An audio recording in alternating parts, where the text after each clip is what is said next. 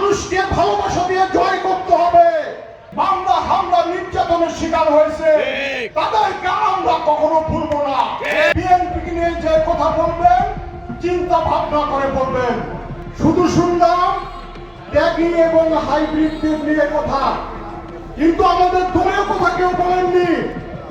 এই দল সেই দল যে দলকে সৃষ্টি করেছিলেন এই উপমহাদেশের সবচেয়ে যিনি সৎ ব্যক্তি, যার চরিত্রে বিরোধী দল কোনদিন কলঙ্ক লেপে দিতে পারেনি, সেই নেতা মহান মুক্তিযুদ্ধের ঘোষক, যিনি নিজ হাতে অস্ত্র নিয়ে এদেশের স্বাধীনতার জন্য যুদ্ধ করেছিলেন, শহীদ রাষ্ট্রপতি জিয়াউর রহমানের দল।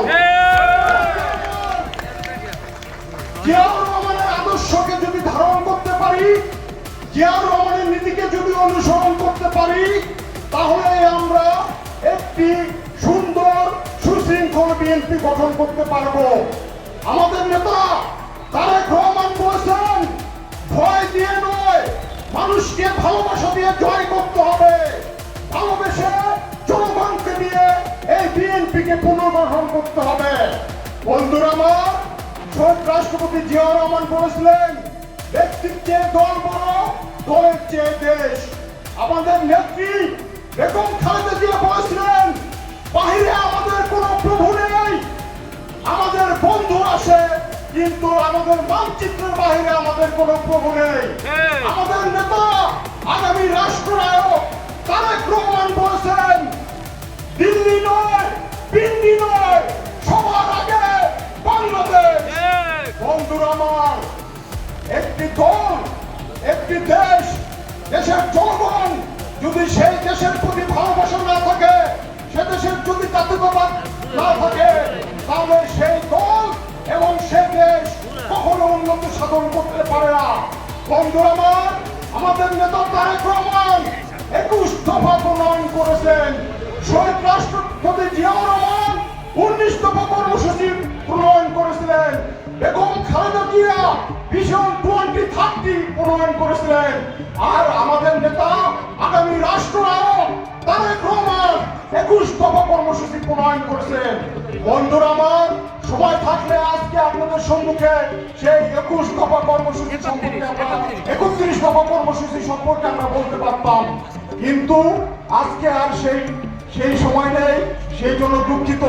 কিন্তু বন্ধুরা আমার, আপনাদের উদ্দেশ্যে বলতে চাই,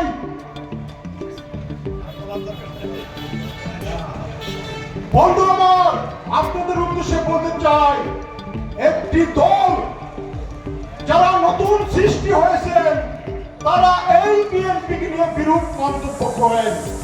তাদের উদ্দেশ্যে বলতে চাই, ওই হারুনের ভাতের হোটেলে মাত্র 6 ঘন্টা গ্রেফতার ছিলেন।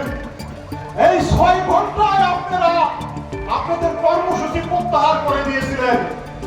আর এই বিএনপি সেই বিএনপি, যে বিএনপি নেতা লুৎফুজ্জামান বাবর দীর্ঘ 17 বছর কারাবরণ করেছেন। এই বিএনপি নেতা মিয়া নুরুদ্দিন অপু দীর্ঘ 6 বছর কারাবরণ করেছেন। অসংখ্য নেতা কর্মী বছরের পর বছর কারাবরণ করেছেন, নির্যাতিত হয়েছেন, গুম হয়েছেন, কিন্তু কেউ কোনোদিন বলেনি যে আমরা আমাদের কর্মসূচি প্রত্যাহার করলাম।